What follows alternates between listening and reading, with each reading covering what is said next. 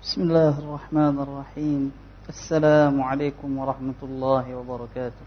إن الحمد لله نحمده ونستعينه ونستغفره ونعوذ بالله من شرور أنفسنا وسيئات أعمالنا.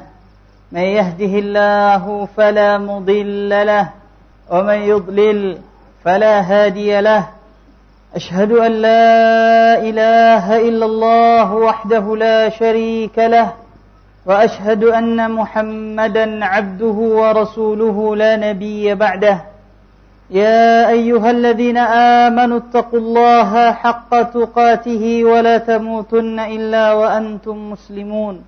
يا أيها الناس اتقوا ربكم الذي خلقكم من نفس واحدة وخلق منها زوجها وبث منهما رجالا كثيرا ونساء واتقوا الله الذي تساءلون به والأرحام إن الله كان عليكم رقيبا. يا أيها الذين آمنوا اتقوا الله وقولوا قولا سديدا يصلح لكم أعمالكم ويغفر لكم ذنوبكم ومن يطع الله ورسوله فقد فاز فوزا عظيما. أما بعد فإن أصدق الحديث كتاب الله وخير الهدي هدي محمد صلى الله عليه وسلم وشر الأمور محدثاتها فإن كل محدثة بدعة وكل بدعة ضلالة وكل ضلالة في النار. Ma'asyiral muslimin wal muslimat rahimakumullah.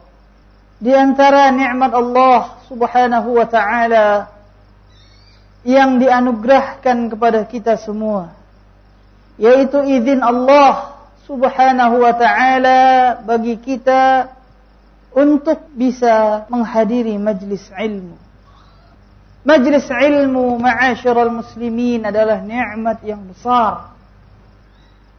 Majlis ilmu adalah nikmat yang besar yang tidak difahami oleh orang-orang yang tidak memahami makna dan kedudukan ilmu.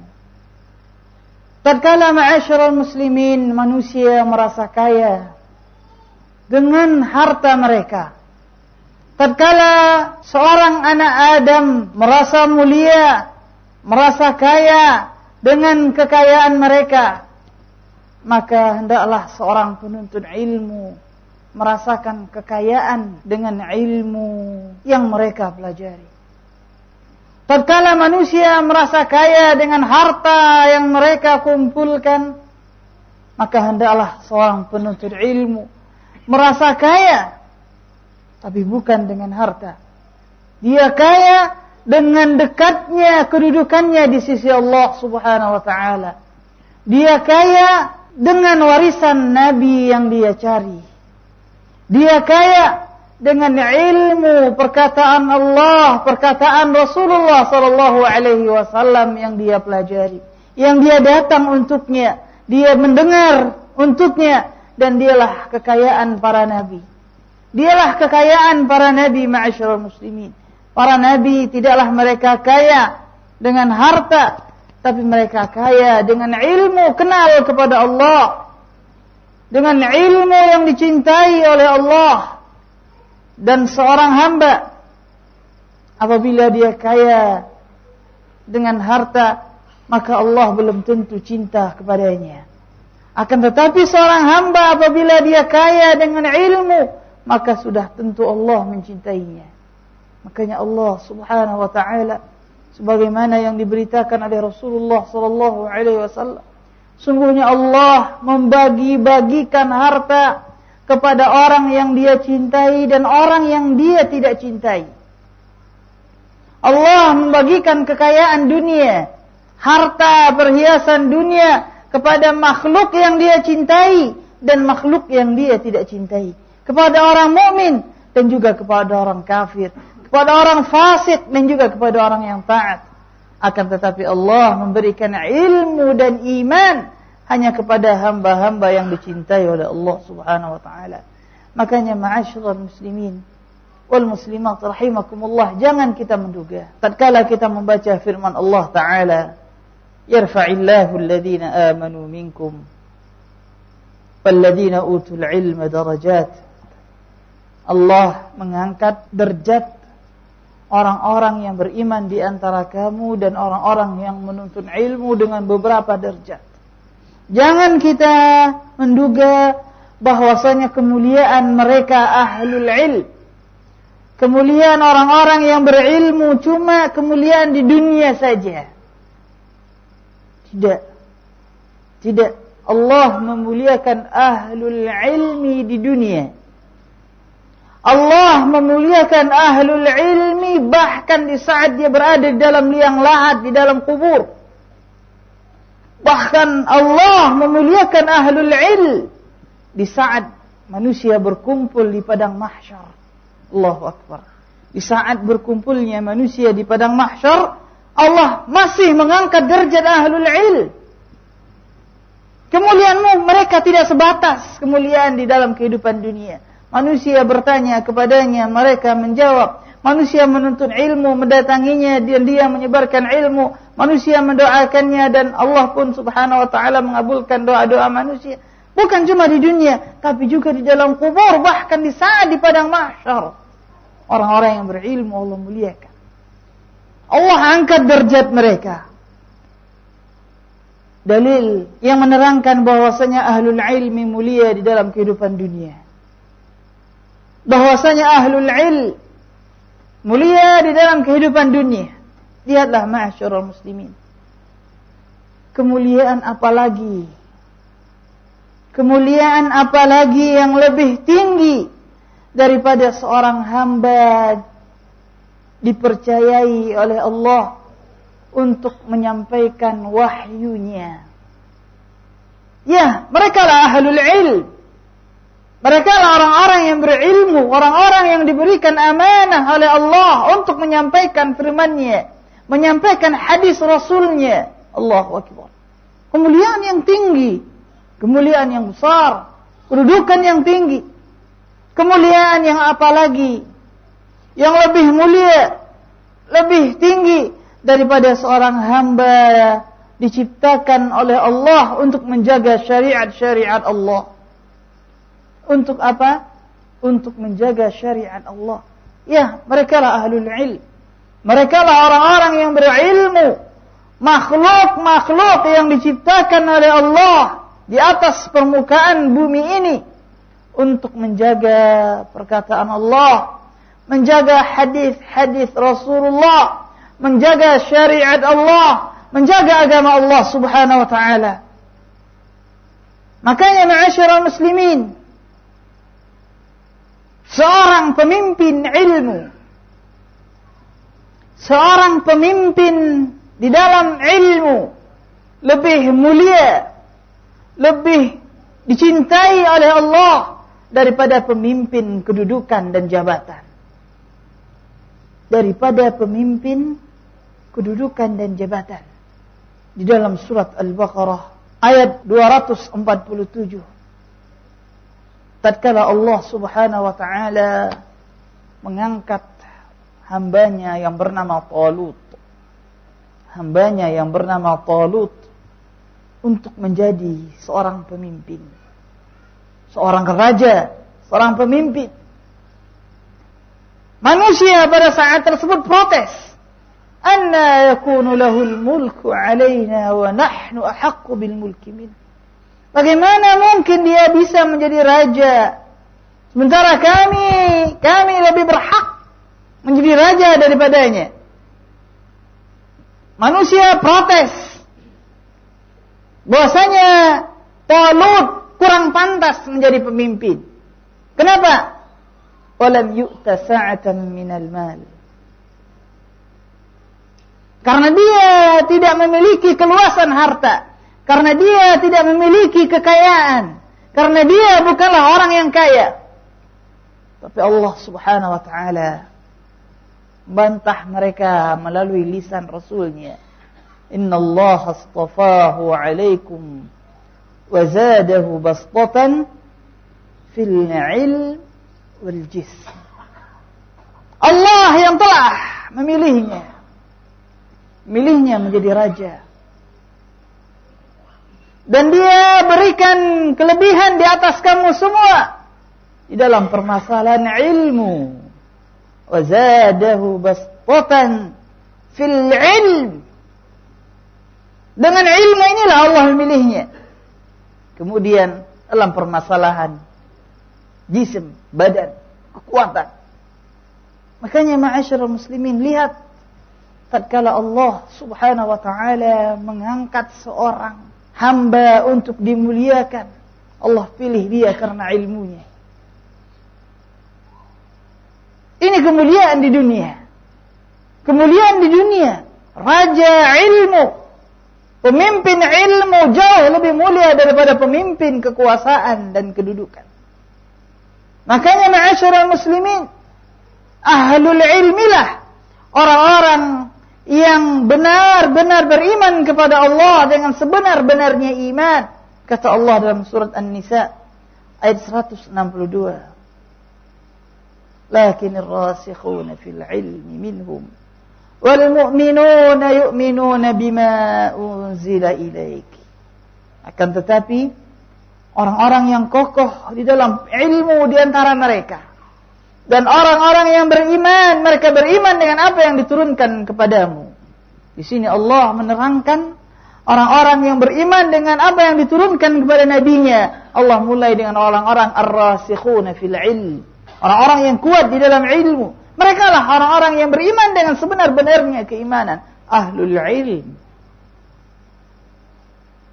Ahlul ilmi pula yang menjadi saksi, menjadi syuhada, menjadi saksi atas la ilaha illallah dengan sebenar-benarnya persaksian. Syahidallah annahu la ilaha illahu wal malaikatu wa ulul ilmi qa'iman bil qist. Ini kemuliaan ahlul ilmi di dunia, di samping kemuliaan-kemuliaan lainnya.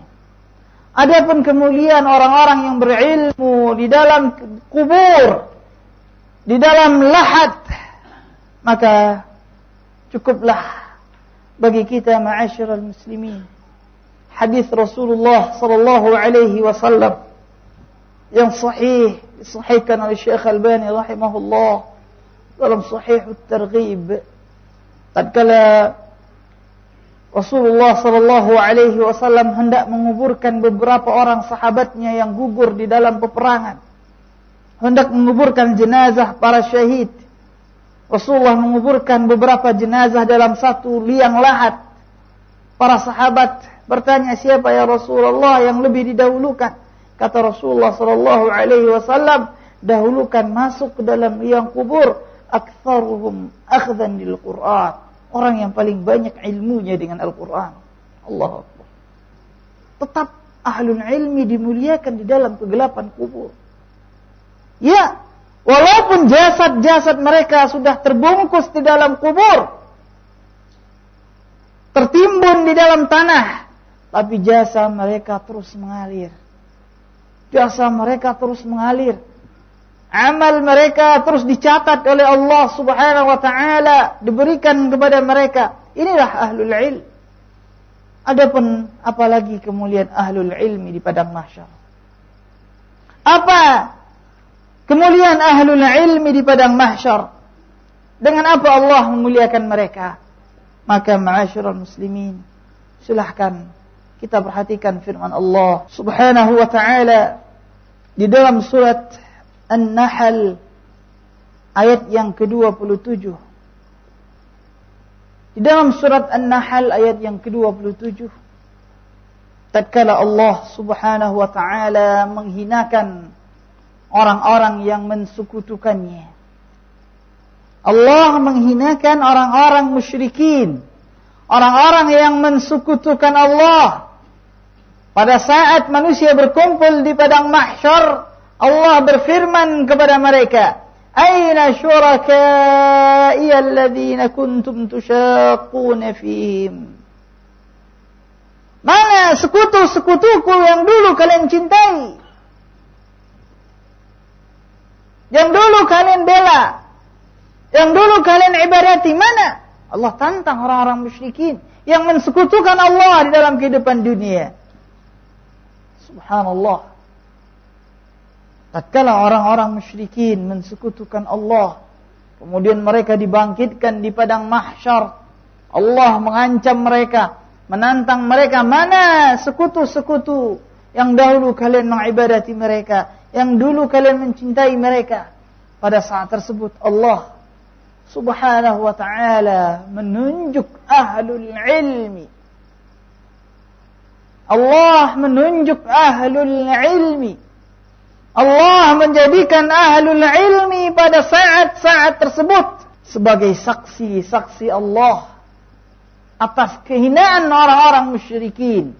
Kata Allah, qala alladhina utul ilma innal khizya al-yawma was-su'a 'alal kafirin.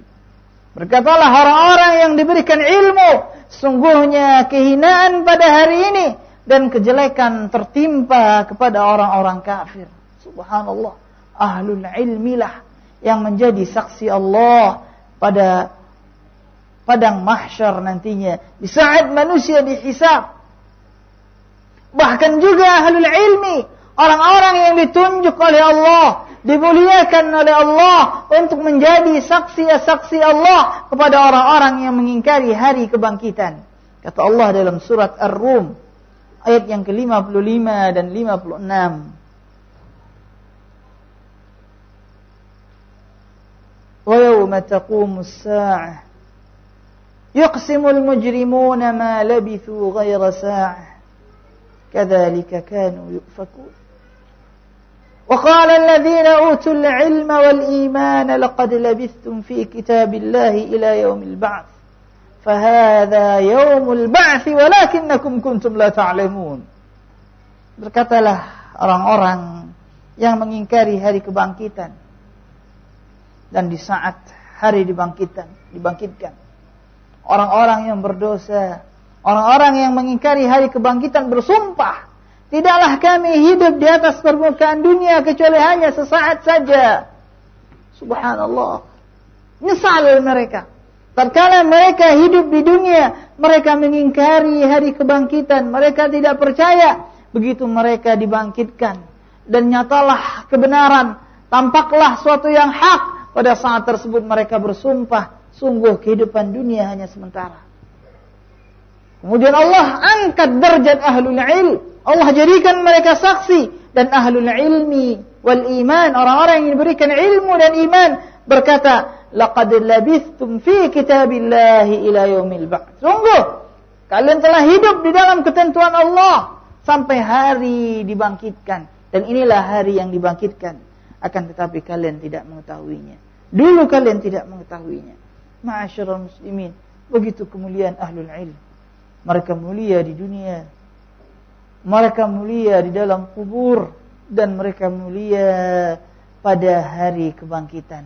Dan inilah kemuliaan, dan inilah kedudukan yang Allah menjanjikan untuk mengangkat derajat mereka.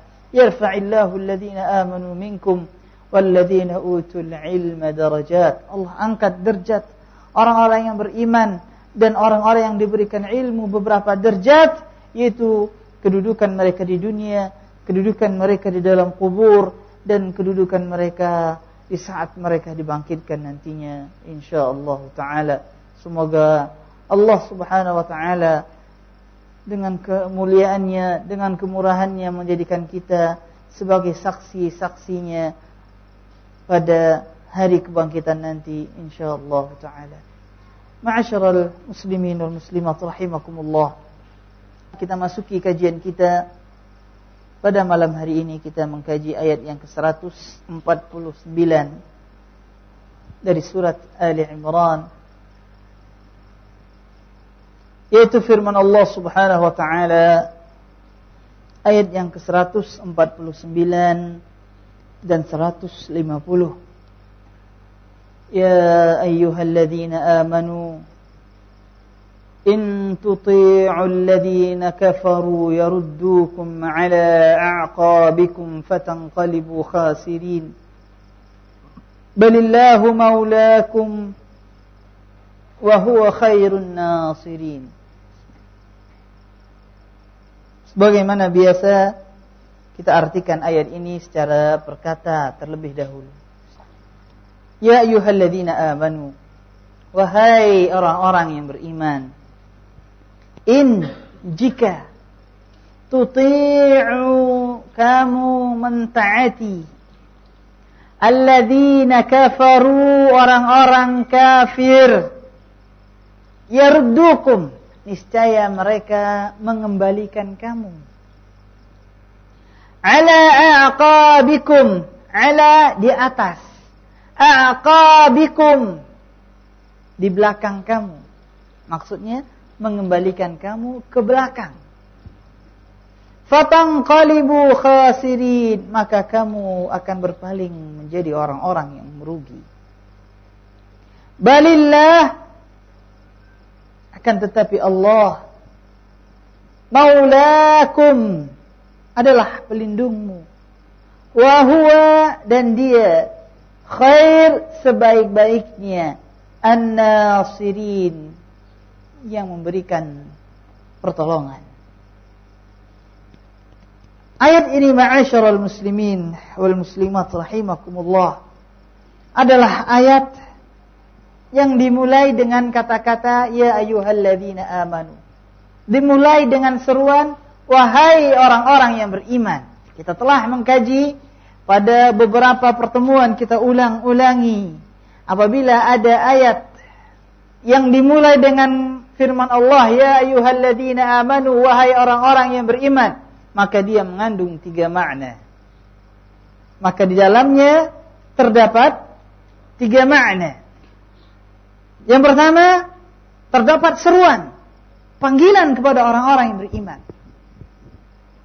Berarti di saat kita membaca ya ayyuhalladzina amanu, kita yang dipanggil. Rasakan itu. Rasakan. Kita harus merasakannya. Berkata sahabat yang mulia Abdullah bin Mas'ud radhiyallahu ta'ala an, idza qala Allah ta'ala ya ayyuhalladzina amanu fa'ar'iha sam'ak fa imma khairun tu'maru bih wa imma syarrun tunha an. Apabila engkau mendengar firman Allah ya ayyuhalladzina amanu, maka berikan kepadanya telingamu, berikan kepadanya pendengaranmu, karena bisa saja di dalamnya terdapat kebaikan yang kamu diperintahkan untuk melakukannya, atau di dalamnya terdapat kejelekan yang kamu dilarang daripadanya. Ini yang pertama, yaitu terdapat seruan, panggilan. Yang kedua, bahwasanya perintah atau seruan tersebut terdapat di dalamnya makna daripada kesempurnaan iman. Di dalamnya terdapat makna daripada kesempurnaan iman, tuntutan keimanan kita. Apabila kita mengamalkannya, maka berarti naiklah derajat keimanan kita. Yang ketiga, meninggalkan perintah yang ada di dalam seruan tersebut atau melakukan larangan yang ada di dalam seruan tersebut merusak keimanan seseorang. Jadi ini yang ketiga, bahwasanya menyelisihi makna yang ada dalam seruan tersebut merupakan bentuk rusaknya iman seseorang. Makanya apabila kita mendengar ayat ya ayyuhalladzina amanu, maka lihatlah iman kita di mana. Iman kita lagi bertambah atau lagi berkurang? Iman kita lagi naik atau lagi rusak? Naik dengan memenuhi seruan tersebut, rusak dengan menyelisihi seruan yang ada di dalam firman Allah Subhanahu wa taala tersebut. Di sini Allah memulai ayatnya dengan seruan ya ayyuhalladzina amanu, wahai orang-orang yang beriman. In tuti'ul ladzina kafaru, jika seandainya kamu taat, mentaati orang-orang kafir, mentaati orang-orang kafir. In di sini in syartiyah, syarat. Jika seandainya kamu, jika persyaratannya, jika seandainya kamu taat kepada orang-orang kafir, apa yang terjadi? Yaruddukum ala aqabikum, dia akan menjadikan kamu, dia akan mengembalikan kamu ke belakang. Mesti. Berarti setiap taat kepada orang kafir mesti mengakibatkan mengembalikan seorang muslim ke belakang. Fatanqalibu khasirin, maka kamu akan berpaling menjadi orang-orang yang merugi, menjadi orang-orang yang merugi. Kemudian kata Allah, balillahu maulakum, akan tetapi Allah lah pelindungmu, Allah pelindungmu. Wa huwa khairun nasirin, dan Allah sebaik-baiknya pemberi pertolongan. Di dalam ayat ini, ma'asyiral muslimin, kita mengambil beberapa pelajaran, beberapa faidah, kesimpulan yang kita ambil di dalam dua ayat yang barusan kita dengar bersama, yaitu yang pertama, larangan bagi umat Islam untuk taat kepada orang-orang kafir. Larangan. Tidak boleh bagi umat Islam taat kepada orang-orang kafir. Dalam permasalahan apa? Di dalam permasalahan ibadah. Di dalam permasalahan ibadah enggak boleh taat kepada orang-orang kafir. Kalau seandainya kita taat, yaruddukum ala aqabikum, jadikan kamu berpaling ke belakang. Fatanqalibu khasirin, maka kamu akan menjadi orang-orang yang merugi. Allah Subhanahu wa taala menerangkan jika kemudian akibat. Lihat ya ikhwan, taat saja kepada orang kafir menyebabkan seseorang menjadi orang-orang yang merugi. Akan tetapi yang amat sangat menyedihkan, sebagian umat Islam, sebagian putra-putra kaum muslimin bukan lagi taat kepada orang kafir, tapi pergi belajar kepada orang-orang kafir. Allahu akbar. Belajar kepada orang-orang kafir. Subhanallah.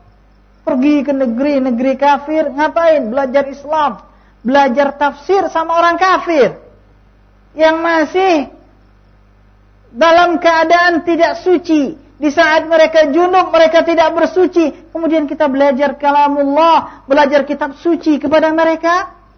Subhanallah. Ini yang terjadi di dalam tubuh umat Islam. Lalu mereka pulang ke negeri kita, membawa pemikiran-pemikiran yang menyimpang, dan dia sebarkan di tengah-tengah kaum muslimin. Inna lillahi wa inna ilaihi raji'un. Lihat janji Allah, yaruddukum ala aqabikum fatanqalibu khasir. Dia akan mengembalikan kamu ke belakang. Faedah yang kedua,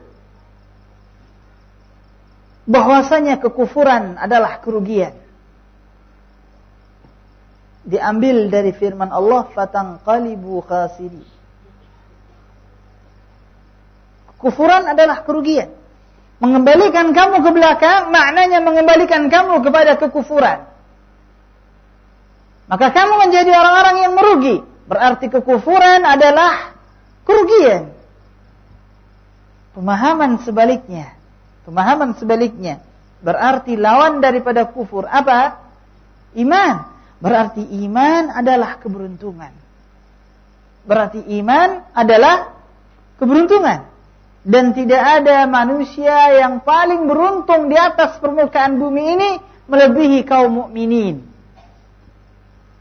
Tidak ada manusia yang paling beruntung di atas kehidupan ini melebihi kaum mukminin, karena kaum mukmininlah yang paling beruntung di dunia. Adapun orang kafir, walaupun mereka kaya, walaupun mereka ahli teknologi, walaupun mereka bisa bersenang-senang dengan kenikmatan yang luar biasa, tapi ingat apa kata Allah kepada mereka.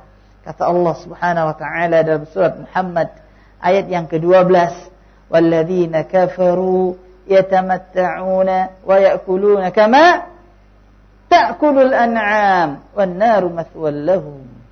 Dan orang-orang kafir mereka bersenang-senang. Mereka makan sebagaimana makannya binatang ternak. Dan neraka adalah tempat kembali bagi mereka. Dan neraka adalah tempat kembali bagi mereka. Kesimpulan ma'asyiral muslimin, bahwasanya kekufuran adalah kerugian dan iman adalah keberuntungan. Dan tidak ada manusia yang paling beruntung di atas permukaan bumi ini melebihi kaum mukminin. Faedah selanjutnya, apabila seorang mukmin telah berikhtiar, apa makna berikhtiar? Telah berusaha melakukan sebab-sebab turunnya pertolongan Allah. Bila seorang mukmin telah berusaha untuk melakukan sebab-sebab turunnya pertolongan Allah. Apa sebab-sebab pertolongan Allah? Yang pernah kita terangkan 5 sebab pertolongan Allah. Kata Allah, wa la yansurunnallaha man yansuruh. Innallaha laqawiyyun aziz alladzina immakkannahum fil ardi aqamus shalah wa atawuz zakah wa amaru bil ma'ruf wa nahaw 'anil munkar. Kemudian kata Allah dalam surat yang lain, wa'adallahu alladhina amanu la yastakhlifannahum fil ard. Kemudian kata Allah di bawahnya, ya'budunani wa la yusyrikuna bi syai'a. Kata Allah 5 sebab pertolongan. Wa la yansurunnallaha man yansuruh. Wa la yansurunallahu man yansuruh. Sungguhnya Allah akan menolong orang yang menolongnya. Siapa? Apa syaratnya? Yang pertama, mendirikan salat. Yang kedua, menunaikan zakat. Yang ketiga, melakukan amar ma'ruf. Yang keempat, melakukan nahi anil munkar. Yang kelima, mentauhidkan Allah Subhanahu wa taala. Apabila seorang mukmin telah melakukan sebab-sebab turunnya pertolongan Allah Subhanahu wa taala, maka Allah akan turunkan pertolongan. Allah akan turunkan pembelaan walaupun dia berhadapan dengan musuh yang sangat besar sekali. Walaupun dia berhadapan dengan musuh yang sangat besar sekali, dan sejarah telah banyak membuktikan bagaimana pertolongan Allah datang. Bagaimana pertolongan Allah datang mulai daripada nabi-nabi sebelum Rasulullah sallallahu alaihi wasallam. Nabi Musa alaihi salatu wassalam. Nabi Musa alaihi salatu wassalam, tatkala mereka dikejar oleh bala tentara Firaun. Bala tentara Firaun bukan cuma sedikit, tapi seluruh penduduk negeri yang memiliki kemampuan dikerahkan untuk mengejar Musa, Nabi Musa alaihi salatu wassalam dengan pengikutnya. Allahu Akbar. Mereka dikejar dengan jumlah yang sangat banyak. Sampai mereka bangga mengatakan innahum lasyirzimatun qalilun. Mereka sangat sedikit sekali. Gampang itu menghancurkan Musa dan pengikut-pengikutnya, kata Firaun dan orang-orang yang bersamanya. Sehingga akhirnya Nabi Musa alaihi salatu wassalam terdesak. Terdesak, di hadapan mereka ada lautan, di belakang ada musuh. Sehingga pengikut Nabi Musa tidak lagi bisa berbuat apa-apa. Dan mereka yakin mereka akan bisa disusul. Kata Allah menerangkan perkataan mereka di dalam surat Asy-Syu'ara ayat yang ke-61. Inna lamudrakun. Sungguh kita akan tersusul oleh mereka. Tapi lihat keyakinan Nabi Musa alaihi salatu wassalam. Apa keyakinan Nabi Musa alaihi salatu wassalam? Apa keyakinan Nabi Musa? Nabi Musa yakin dia telah berikhtiar. Dia telah melakukan sebab-sebab pertolongan Allah. Apa kata Nabi Musa? Kalla inna ma'iya rabbi sayahdin. Kalla, sekali-kali tidak. Sekali-kali tidak, kita tidak akan mungkin bisa disusul oleh mereka. Kalla. Lihat, ya ikhwan, kuatnya iman seorang nabi. Ulul azmi minar rusul. Seorang ulul azmi dari kalangan para rasul. Kalla, sekali-kali tidak. Inna ma'iya rabbi sayahdin. Sungguhnya bersamaku adalah Rabbku. Sungguhnya Rabbku bersamaku akan memberikan petunjuk kepadaku. Allahu Akbar. Kemudian Allah perintahkan Nabi Musa untuk memukulkan tongkatnya ke dalam lautan, maka terbelahlah 12 belahan. Sebagaimana diterangkan dalam tafsir. Terbelah 12 belahan. Laut yang basah tiba-tiba kering pada jalan yang 12 tersebut. Sehingga bala tentara Nabi Musa alaihi salatu wassalam masuk ke dalam lautan. Dan diriwayatkan antara satu jalan bisa melihat temannya di jalan di sampingnya. supaya menimbulkan ketenangan. Masuk mereka ke dalam lautan dan Allah menyelamatkan mereka. Kapan? Di saat mereka melakukan sebab-sebab pertolongan Allah Subhanahu wa taala. Dan kisah-kisah yang lain sangat banyak sekali. Bahkan kisah yang semakna dengan kisah Nabi Musa alaihi salatu wassalam. Sebagaimana saya pernah sampaikan juga, sahabat yang mulia Sa'ad bin Abi Waqqas tatkala hendak menaklukkan kota-kota, hendak menaklukkan Madain, kota Madain, tatkala beliau sampai di Dijlah, sungai Dijlah yang besar, mereka dikejar dan berhenti di sana. Sahabat yang mulia Sa'ad bin Abi Waqqas dan sahabat-sahabat lainnya dan bala tentara kaum muslimin tidak bisa nyebrang karena jembatan telah mereka putus di seberang sana. Jembatan diputus. Pada saat tersebut Sa'ad bin Abi Waqqas memanggil seorang sahabat yang pernah memberikan solusi kepada Rasulullah di saat kaum muslimin terdesak di dalam peperangan Khandaq. Siapa? Salman Al-Farisi. Dipanggil oleh Sa'ad bin Abi Waqqas. Salman dipanggil oleh Sa'ad bin Abi Waqqas, "Ya Salman, a'tina min ara'ik." Berikan pendapatmu ya Salman. Bagaimana solusinya?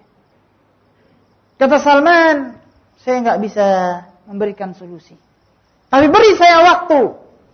Beri saya waktu untuk saya melihat kepada bala tentara kita. Saya melihat kepada mereka. Apakah mereka adalah orang-orang yang pantas mendapatkan pertolongan dari Allah atau bukan? Karena Bani Israel tidak lebih mulia daripada kita. Allahu Akbar. Ingat. Bani Israel, kaumnya Nabi Musa, mendapatkan pertolongan dari Allah. Dan sahabat Rasulullah lebih mulia daripada mereka. Kenapa mereka mendapat pertolongan, kita tidak? Tunggu, saya lihat kepada bala tentara. Akhirnya Salman Al-Farisi melihat kepada bala tentaranya. Apa yang dia lihat? Apakah mereka orang-orang yang berhak mendapatkan pertolongan atau bukan? Tetapi ternyata beliau menemukan kaum muslimin yang ikut serta di dalam peperangan tersebut adalah ruhbanul lail wa fursanun nahar. Orang-orang yang ahli beribadah apabila malam datang, dan orang-orang penunggang kuda di saat siang menjelang. Orang-orang ahli ibadah. Kata Salman Al-Farisi radhiyallahu ta'ala an, sungguh saya menemukan bala tentara perang adalah orang-orang yang baik. Sekarang tinggal tawakal kita kepada Allah. Allahu Akbar. Tinggal tawakal. Allah berfirman, "Wa may yatawakkal 'ala Allah fa huwa hasbuh." Barang siapa yang bertawakal kepada Allah, Allah akan memberikan kecukupan kepadanya, kecukupan pertolongan, kecukupan pembelaan, kecukupan keselamatan. Kemudian Sa'ad bin Abi Waqqas radhiyallahu taala an mengumpulkan bala tentaranya dan beliau memberikan komando, "Saya akan bertakbir 3 kali. Apabila takbir saya yang ketiga, maka ucapkanlah bismillah dan seberangilah." Allahu Akbar. Kemudian Sa'ad bin Abi Waqqas radhiyallahu taala an bertakbir 3 kali. Setelah takbir yang ketiga, manusia mengucapkan bismillah dan mereka menyeberangi sungai tersebut. Allahu Akbar. Dan mereka temukan sungai tersebut tidaklah dalam. Tidak dalam. Seolah-olah sudah berkumpul tanah jadi jembatan buat mereka. Sampai mereka seberang. Begitu sampai di seberang, sungainya dalam kembali. Allahu Akbar. Allahu Akbar. Dan ini juga terjadi pada kisah-kisah yang lainnya. Ala bin Ibn al-Hadrami dan orang-orang saleh lainnya. Bagaimana mereka mendapatkan pertolongan dari Allah Subhanahu wa ta'ala apabila mereka telah memenuhi persyaratan-persyaratan mendapatkan pertolongan dari Allah Subhanahu wa ta'ala. Ma'asyiral muslimin wal muslimat rahimakumullah. Kemudian ayat selanjutnya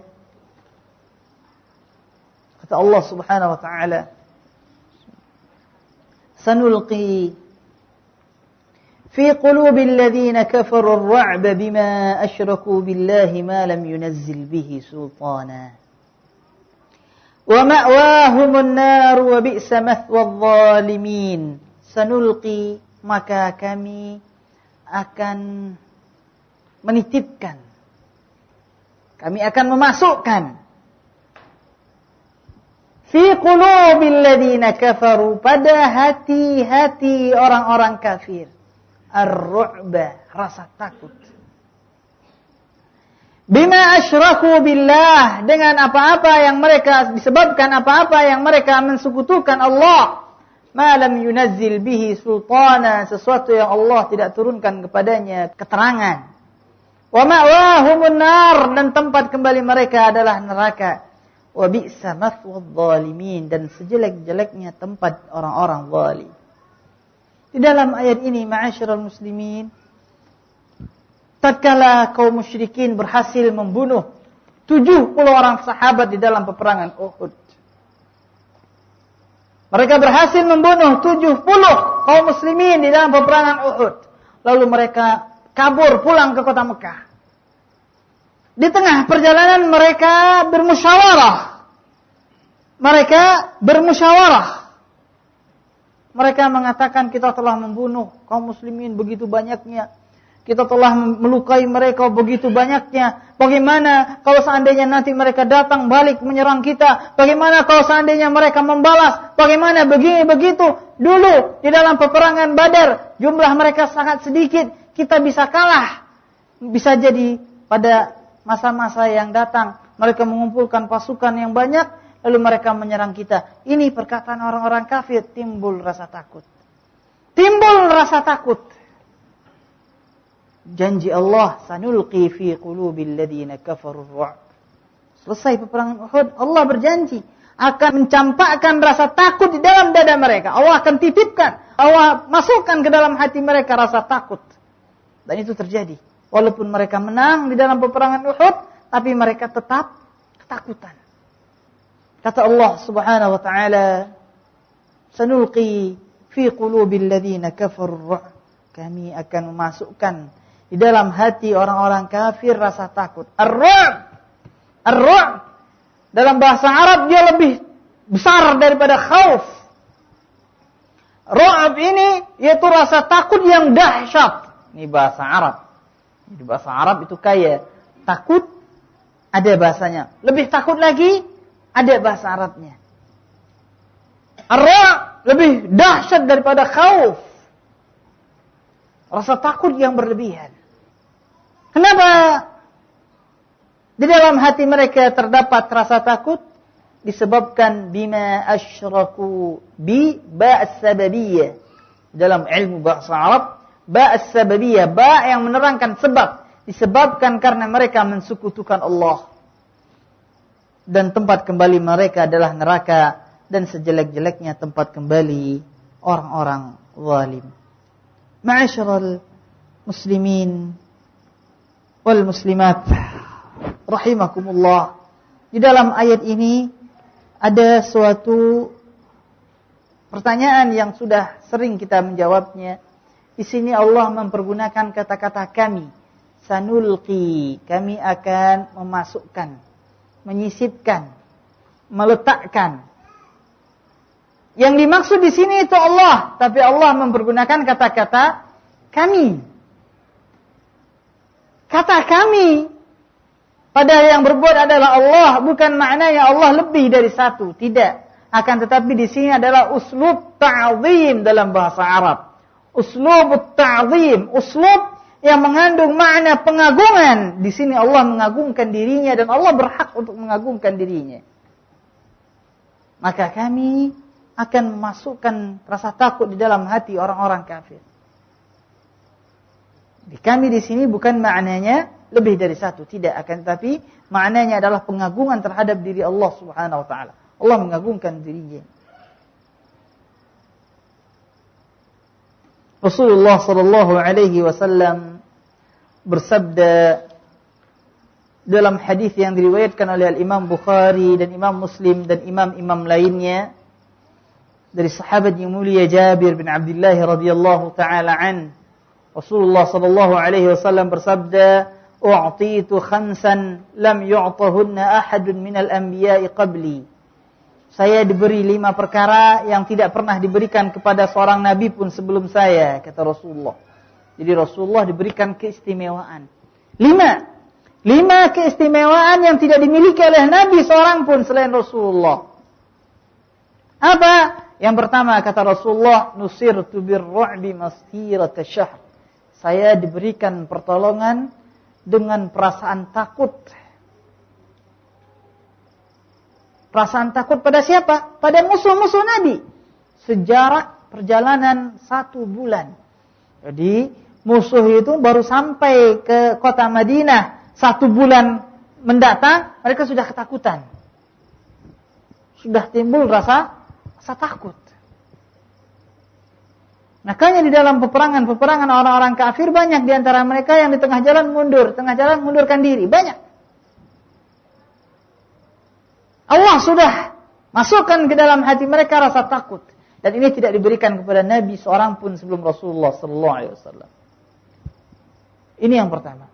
Yang kedua, wa ju'ilat liyal ardu masjidan wa tahura. Allah menjadikan buat saya dan dijadikan buat saya bumi ini sebagai tempat sujud dan sebagai alat untuk bersuci.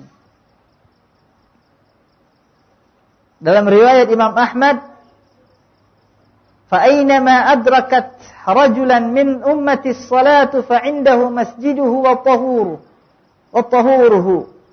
Seorang laki-laki manapun daripada umatku yang mendapatkan waktu salat, maka di sisinya ada tempat salatnya, tempat sujudnya, dan ada alat bersucinya. Maksudnya Allah Subhanahu wa taala membolehkan bagi umat Rasulullah sallallahu alaihi wasallam sujud di mana saja di atas permukaan bumi ini, salat di mana saja, selama dia suci daripada najis. Jadi kalau seandainya seorang musafir di padang pasir, datang waktu salat subuh, dia masih di tengah padang pasir, salat di atas pasir tersebut. Seorang petani yang kerja di tengah hutan, datang waktu zuhur, salat di dalam hutan tersebut. Dia tidak mesti harus pulang ke rumah cari masjid. Kalau kondisinya jauh, di tengah perjalanan, berbeda pada nabi-nabi sebelumnya, ada tempat-tempat khusus salat mereka. Yang ketiga,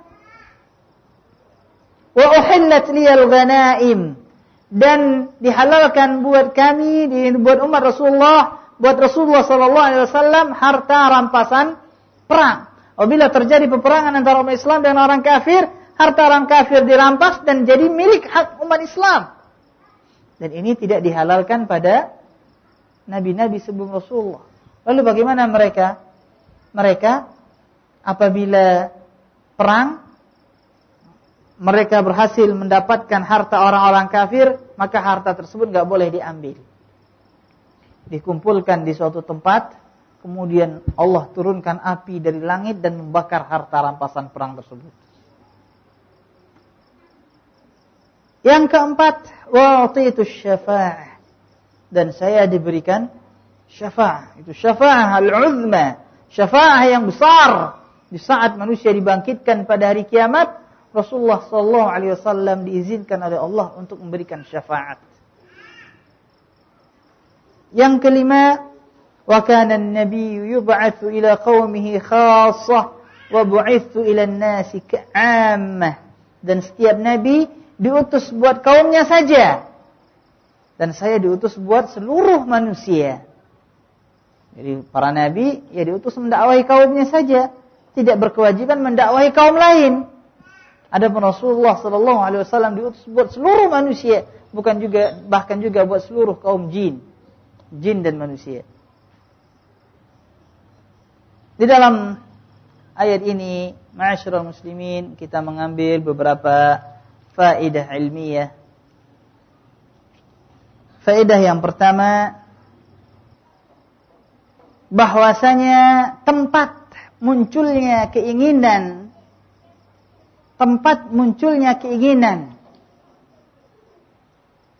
dan pikiran, yaitu hati. Tempat berpikir, tempat berniat, itu dari hati sumbernya. Jadi yang berpikir tersebut bukan otak. Walaupun filsafat Yunani mengatakan bahwasanya otaklah yang berpikir. Tidak. Kata Syekh Muhammad bin Shalih Al-Utsaimin rahimahullah, otak tersebut laksana seorang sekretaris. Dia yang mengumpulkan berkas-berkas, diserahkan ke atasannya dan atasan yang memutuskan. Nah, otak itu adalah sekretaris dan yang memutuskan, menentukan, berpikir adalah hati. Dialah pimpinan. Apa dalilnya? Dari ayat tersebut, sanulqi fi qulubil ladzina kafaru ru'b. Kami tancapkan, kami sisipkan rasa takut di dalam hati, bukan di dalam pikiran, di dalam hati mereka. Atau lebih jelas lagi, Allah berfirman dalam surat Al-Hajj ayat 46. Allah berfirman, "Afalam yasiru fil ardh fatakuna lahum qulubun ya'qiluna biha aw adhanun yasma'una biha." Apakah mereka tidak berjalan di atas permukaan bumi, maka niscaya mereka memiliki qulubun, memiliki hati yang mereka berfikir dengannya, berakal dengannya. Lihat, Allah mengatakan hati yang mereka berfikir dengannya. Surat Al-Hajj ayat 46. Allah katakan, maka mereka mempunyai hati yang mereka berfikir dengannya, berakal dengannya, memahami dengannya. Di sini Allah menjadikan alat untuk memahami, untuk berfikir adalah hati. Wasadaqallah, dan Allah benar. Wa kadzdzabal Yunan, dan salahlah orang-orang Yunani. Berkata Imam Ahmad rahimahullah, al-aqlu fil qalb wa lahu ittisalun bid-dimagh. Akal ada dalam hati, tapi dia memiliki sambungan ke otak. Dia memiliki sambungan ke otak. Faedah yang kedua, bahwasanya rasa takut di dalam hati musuh merupakan pertolongan yang besar. Rasa takut yang Allah titipkan di dalam hati musuh merupakan pertolongan yang besar dari Allah Subhanahu wa taala. Lihat orang-orang musyrikin, begitu mau menyerang umat Islam udah ketakutan, udah stres duluan. Padahal mereka datang dengan pasukan yang lebih banyak, persiapan yang lebih lengkap dan lebih canggih. Dan itu adalah pertolongan dari Allah Subhanahu wa taala, terbukti.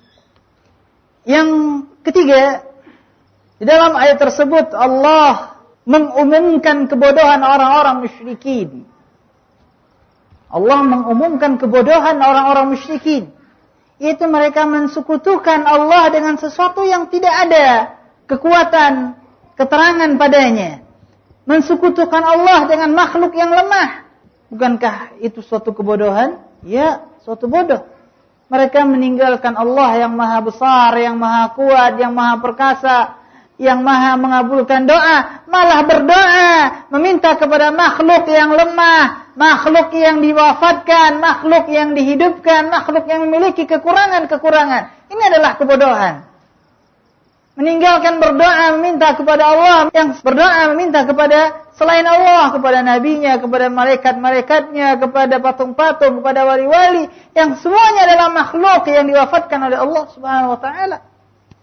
Mereka meninggalkan mengibadati yang Maha Esa, yang Maha Berkuasa, yang Maha Berkuat, dan Maha segalanya.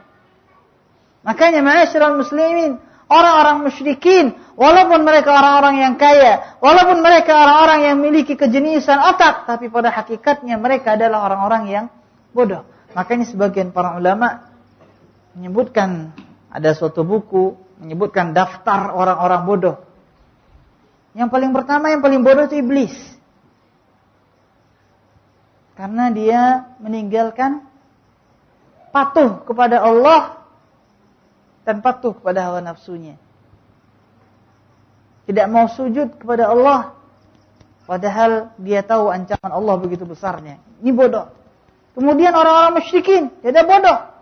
Meninggalkan mengibadati yang Maha Esa, yang Maha Perkasa, yang Maha Berkuasa, dan mengibadati makhluk. Ini adalah kebodohan yang luar biasa. Di dalam ayat ini, Allah mengumumkan kebodohan mereka. Ma'asyiral muslimin wal muslimat, dengan demikian maka berakhirlah ayat yang kita kaji dalam kajian kita pada malam hari ini. Sebelum saya tutup, ma'asyiral muslimin wal muslimat rahimakumullah, saya ingin menyampaikan suatu kaidah penting di dalam agama kita. Suatu kaidah yang apabila kita memperhatikan Al-Quranul Karim dan sunnah Rasulullah sallallahu alaihi wasallam, maka kita akan mendapatkan kaidah tersebut dengan nyata. Apa dia? Yaitu kaidah masyhur, al-jaza' min jinsil amal. Al-jaza' min jinsil amal. Balasan sesuai dengan jenisnya amalan. Balasan sesuai dengan jenis amalan. Allah Subhanahu wa taala berfirman di dalam surat Ar-Rahman ayat yang ke-60, kata Allah, hal jazaa'ul ihsan illa al-ihsan. Hal jazaa'ul ihsan illa al-ihsan. Bukankah balasan kebaikan juga merupakan kebaikan, kata Allah. Jadi balasan kebaikan adalah kebaikan. Di dalam keburukan, kata Allah, wa jazaa'u sayyi'atin sayyi'atun mithluha, dalam surat Asy-Syura ayat yang ke-40. Dan balasan kejelekan, kejelekan yang semisalnya. Makanya di dalam adabul qada, dalam ilmu qada, seseorang yang berbuat jahat mematahkan gigi saudaranya, maka hukumannya giginya dipatahkan. Yang memutus telinga saudaranya, maka telinganya diputuskan. Yang membunuh dia dibunuh. Dalam surat Ghafir ayat yang ke-40 juga, kata Allah, man 'amila sayyi'atan fala yujza illa mithluha. Dan barang siapa yang mengamalkan amal kejelekan, maka dia tidak dibalasi kecuali dengan yang semisalnya. Jazaa'u sayyi'atin bimithliha, balasan kejelekan dengan semisalnya, kata Allah. Dalam surat Yunus ayat yang ke-27. Jadi balasan merupakan sejenis daripada amalan tersebut. Contoh. Allah Subhanahu wa taala memberikan ganjaran bagi orang yang salat malam. Di dalam hadis Rasulullah sallallahu alaihi wasallam menceritakan seorang hamba yang salat malam, kemudian dia membaca firman Allah, tatajafa junubuhum 'anil madaji'i yad'una rabbahum khawfan wa tama'an wa mimma razaqnahum yunfiqun fala ta'lamu nafsun ma ukhfiya lahum min qurrati a'yunin jazaa'an bima kanu ya'malun. Di tengah malam dia berdoa kepada Allah. Dia salat malam di saat mata-mata tidak melihat. Di saat mata-mata manusia tenggelam dalam tidur, dia bangun, dia salat malam. Kemudian kata Allah, fala ta'lamu nafsun ma ukhfiya lahum min qurrati a'yunin jazaa'an bima kanu ya'malun. Kata Allah, maka jiwa tidak mengetahui apa yang telah disembunyikan Allah buat mereka. Ma ukhfiya lahum, apa yang disembunyikan oleh Allah buat mereka. Min qurrati a'yunin jazaa'an bima kanu ya'malun, dari balasan yang mulia, kesenangan yang luar biasa, balasan dari apa yang mereka perbuat. Berkata Hasan al-Basri rahimahullahu ta'ala, akhfa qaumun amalahum fa akhfa Allahu lahum ma lam tara'in wa lam yakhtur ala qalbi bashar. Tatkala suatu kaum menyembunyikan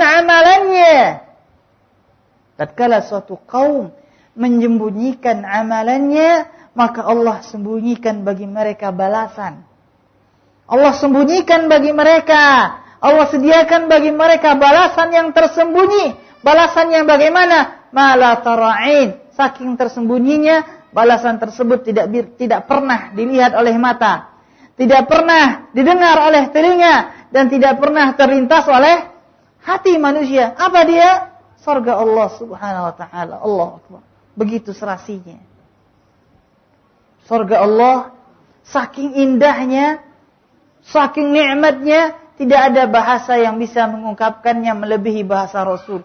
Apa bahasa Rasul? Saking indahnya surga, tidak pernah bisa dilihat oleh mata, tidak pernah terlihat keindahan oleh mata manusia di dunia, tidak pernah didengar oleh telinga di dunia, dan tidak pernah terlintas dalam hati manusia dalam kehidupan dunia. Saking indahnya. Tatkala mereka menyembunyikan amalan mereka lillahi ta'ala, maka Allah sembunyikan bagi mereka balasan yang tidak pernah dilihat oleh mata, tidak pernah didengar oleh telinga, dan tidak pernah terlintas oleh hati manusia. Allahu Akbar. Ini balasan min jinsil amal. Al-jaza min jinsil amal. Contoh yang lain. Rasulullah sallallahu alaihi wasallam bersabda, "Man naffasa an mu'minin kurbatan min kurabid dunya, naffasallahu anhu kurbatan min kurabi yaumil qiyamah." Barang siapa yang melapangkan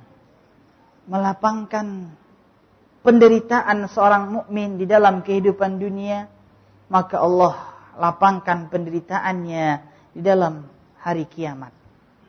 Balasannya sejenis dengan amalannya, yaitu melapangkan kesusahan.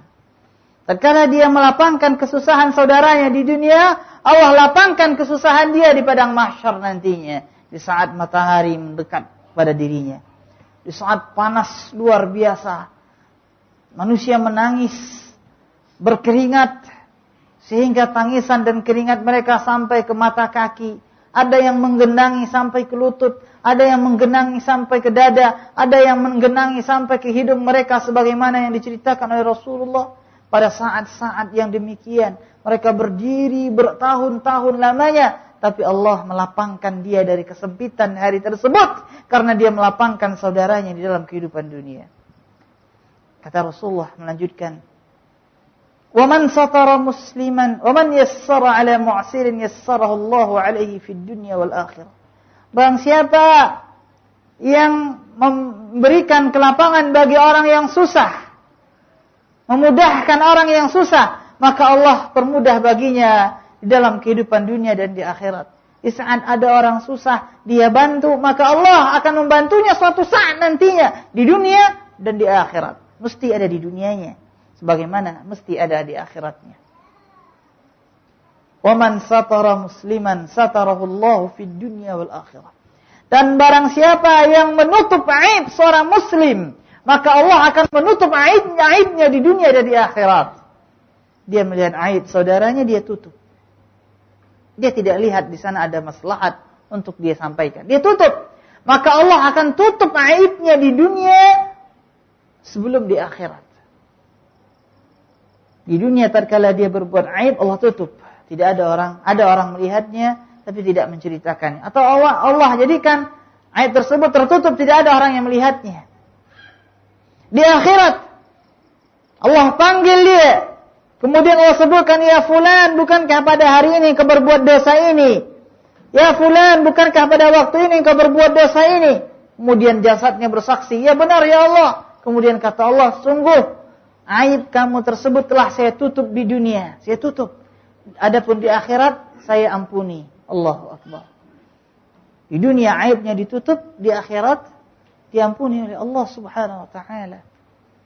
Barang siapa yang menutup aib saudaranya muslim, maka Allah menutup aibnya di dunia. Dan sebaliknya, al-jaza' min jinsil amal. Balasan sesuai dengan jenis amalan.